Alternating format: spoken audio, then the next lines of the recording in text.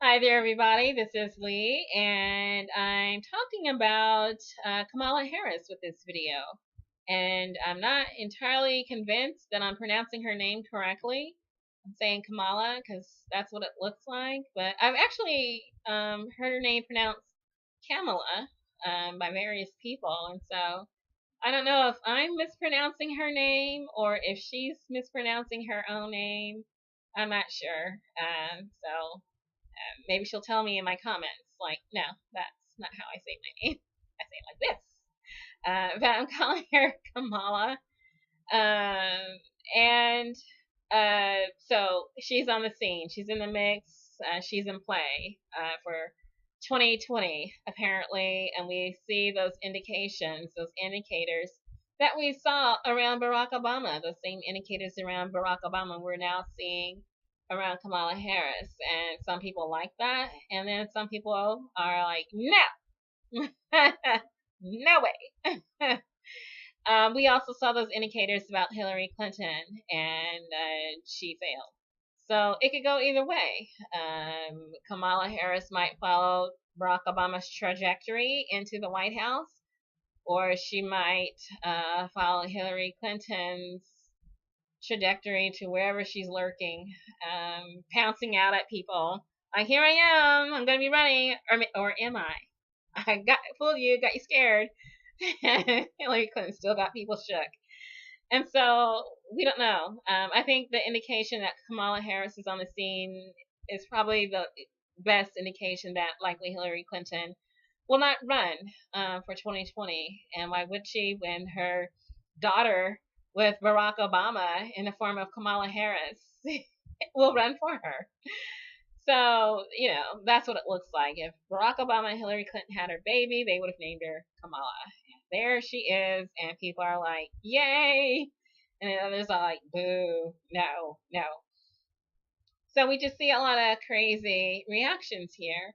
And I'm just delivering a word of caution to those who are accusing Kamala Harris of playing identity politics.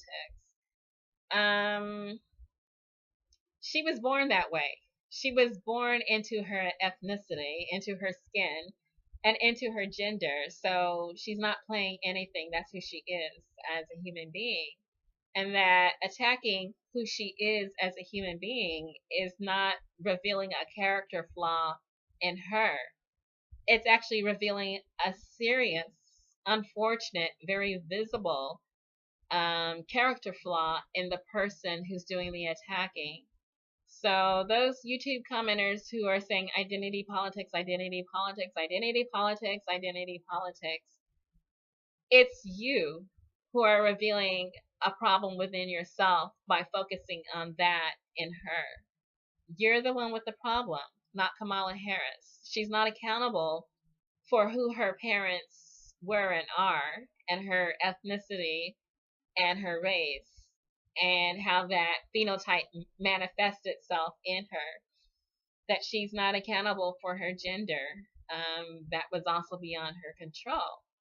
What Kamala Harris is accountable for her is what happened after she was born, and that the decisions that she made, the choices that she took, and the statements, the things that occurred while during her career as a public servant. For that, she is accountable, and that is fair game because it is a public record. It is not a smear, it is not a slander to look at her career as an attorney general and see what she did and did not do. That causes concern, and that's available for debate and conversation and dissent. This is fair game. So it's important to know the difference because it's a matter of credibility that attacking Kamala Harris on her gender and accusing her of playing identity politics lowers the credibility of the person who's making that accusation. Now, attacking Kamala Harris on her decision to prosecute and not prosecute during her time in office as a representative of the state of California with a duty to uphold the law, she is completely accountable for that, and she does have a record that's extensive and is public and open for scrutiny. And that based on her Wikipedia page, it is being scrutinized. I visited Kamala Harris's Wikipedia page earlier this year, about January or February, because it appeared to me that this was something very interesting happening in our nation. That there were like at least 4 Asian women who were stomping with the big dogs, that had goals and were fixated on those goals and would likely meet them based on their past success in life. That one of them was Kamala Harris, and the other was Tulsi Gabbard, and the other is Shama Sawan, and the other is Nikki Haley. And I was going to do a very long video just comparing and contrasting all 4 of them, and I said, no, I don't want to. And so I'm not doing that. This is about Kamala Harris, but I've spoken of the others in past videos. And that it's very interesting, their backgrounds, their political philosophy, and what guides their decision making and their identity from a political standpoint. I mean, we can obviously see their identity as being Asian and female, and that some of them are mixed race with Asian, and that they are all female, and that they're all very politically astute and capable of leadership. And so I found that very interesting. Kamala Harris is part of the Democratic Party. She's highly favored by Barack Obama and Hillary Clinton's donors. And so people feel that they have an indication of what she will be like and what she intends. And some progressives don't see that as good, that she seems to be very much purchased by the donor class, and that politicians who allow themselves to be purchased by the donor class almost always make decisions that hurt the citizens who cannot afford their purchase price. And that Kamala Harris has indicated this with her decision not to prosecute Steve Mnuchin for illegally foreclosing through his bank, One West, on homeowners in California, rendering homeless many families in California, and that Kamala Harris failed to find justice for them.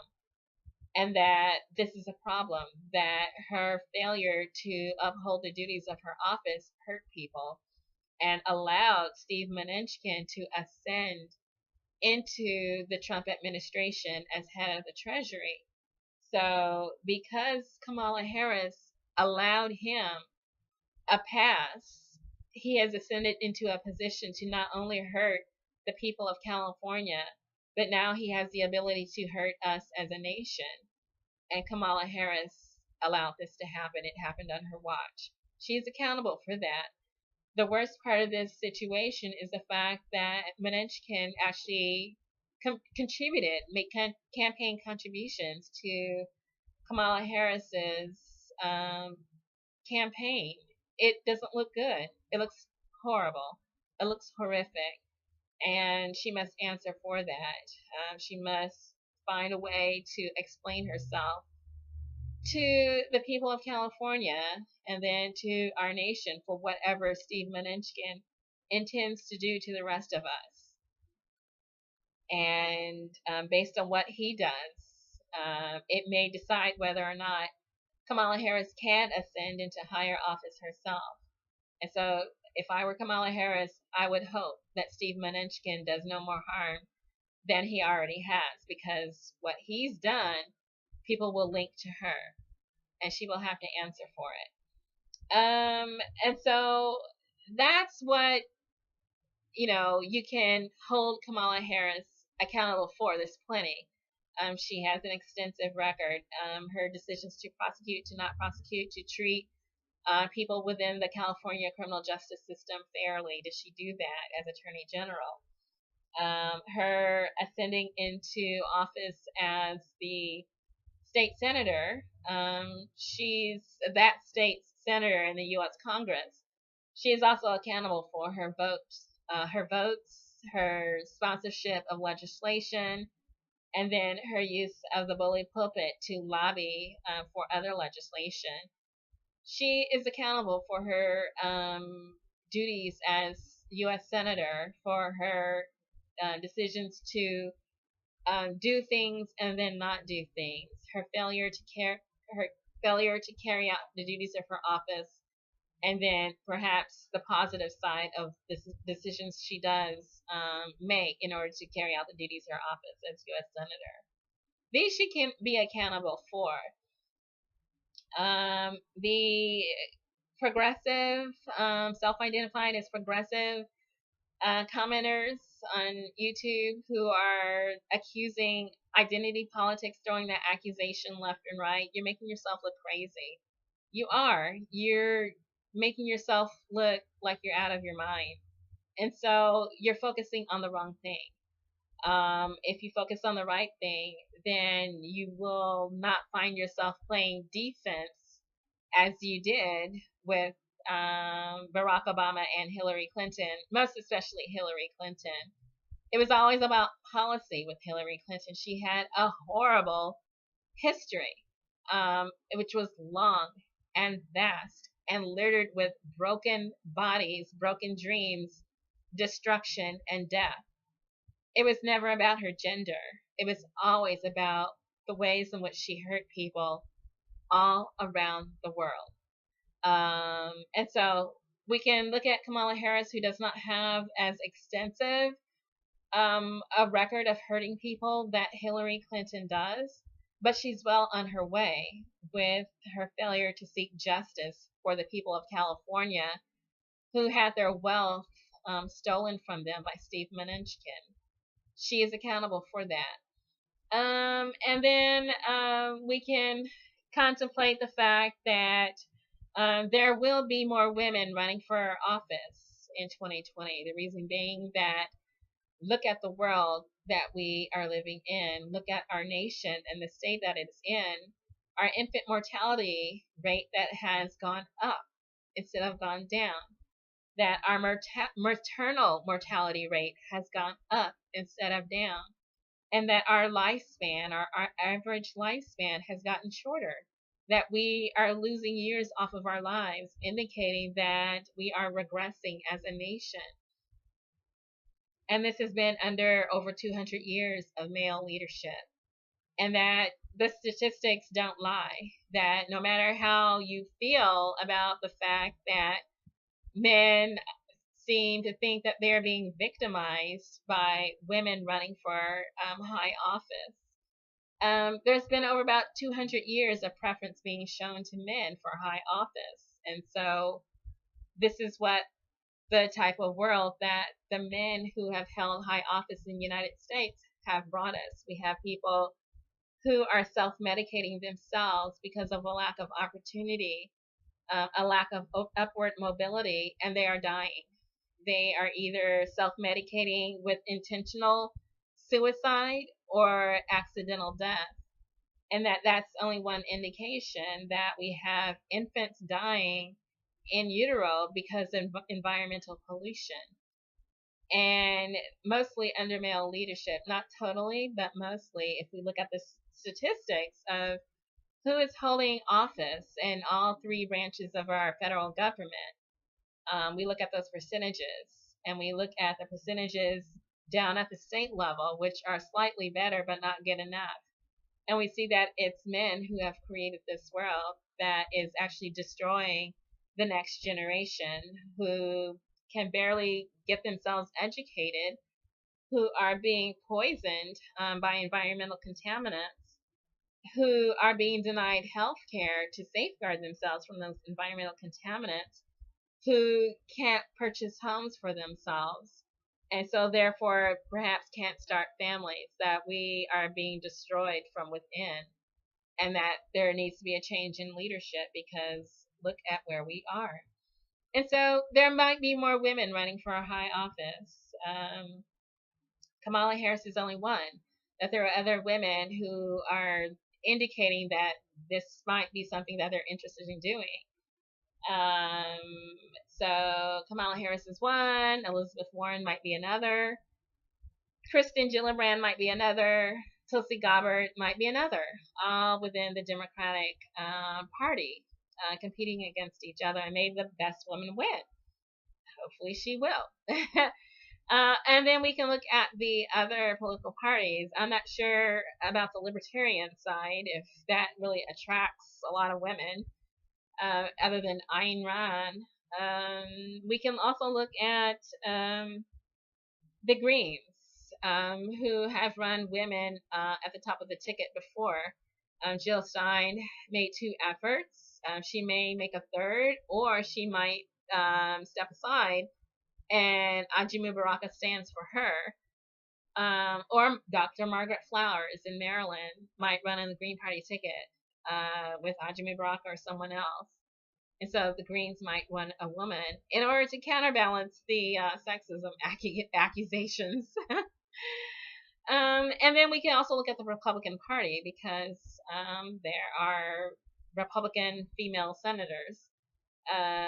If they were to step away out of the Senate and run for high office, there wouldn't be too much damage, I would think, with their majority that they could spare a female senator. It might be Nikki Haley, though, if they want to take anyone out of the Senate, that if for whatever reason that Donald Trump decides to not run for office in 2020, like he's just gotten sick and tired of being sick and tired, and that he's not going to worry about war no more, says, you know what, I'm going to go back to The Apprentice because America does not appreciate me on the level that I feel like I deserve to be appreciated.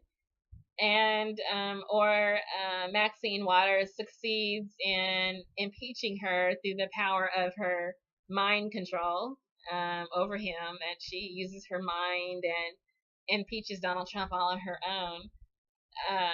So for whatever reason, if Donald Trump decides not to run, it might be Nikki Haley that stands for him and runs in his place against all the other women from the other parties. And, you know, she's got experience as an executive, as previous governor of South Carolina. She made a few, I guess, good decisions down there, I'm told. And then also that she's now got foreign policy experience, such as it is, navigating the minefield of the Trump administration's foreign policy. And so, you know, we'll see more women. We'll see Kamala Harris. Can she measure up? Can she answer for herself? And that if she's surrounded by women, it would be hard to single her out. And so focusing on that, her identity as the sticking point, I think it's a failed strategy. And that it didn't really succeed with Hillary Clinton. It was ultimately Hillary Clinton's horrible policies that doomed her. And despite the fact that she raised all that money, her poor decision making in elevating Trump, her arrogance, her assuming that she didn't have to work as hard as everyone else in order to win the presidency, it doomed her. Things that she actually could control, she decided not to, and she failed herself. And so it was a personal thing within her. It was things under her control that Hillary Clinton failed to do. It wasn't her as a human being, as a woman, that doomed her presidency. So attacking Kamala Harris on being a woman, I don't think it's going to work. And it does seem to be some kind of revealing a lot about the people who are making the efforts to do that. It just indicates that they seem incapable of focusing on policy, and that they're just looking at the wrong thing. Look at the right thing. Attack the right thing over and over and over until it becomes known as a fact that this is a problem. And, you know, Kamala Harris has a problem with those corporate donations that she has already accepted and that she apparently intends to continue to accept. it's her opposition research is writing itself. You don't have to, focus on the wrong thing and make yourself look like you're crazy, or hate filled or racist. Focus on the right thing and succeed in safeguarding progressive platforms, and the person who represents them in 2020. That's how you win. Good luck.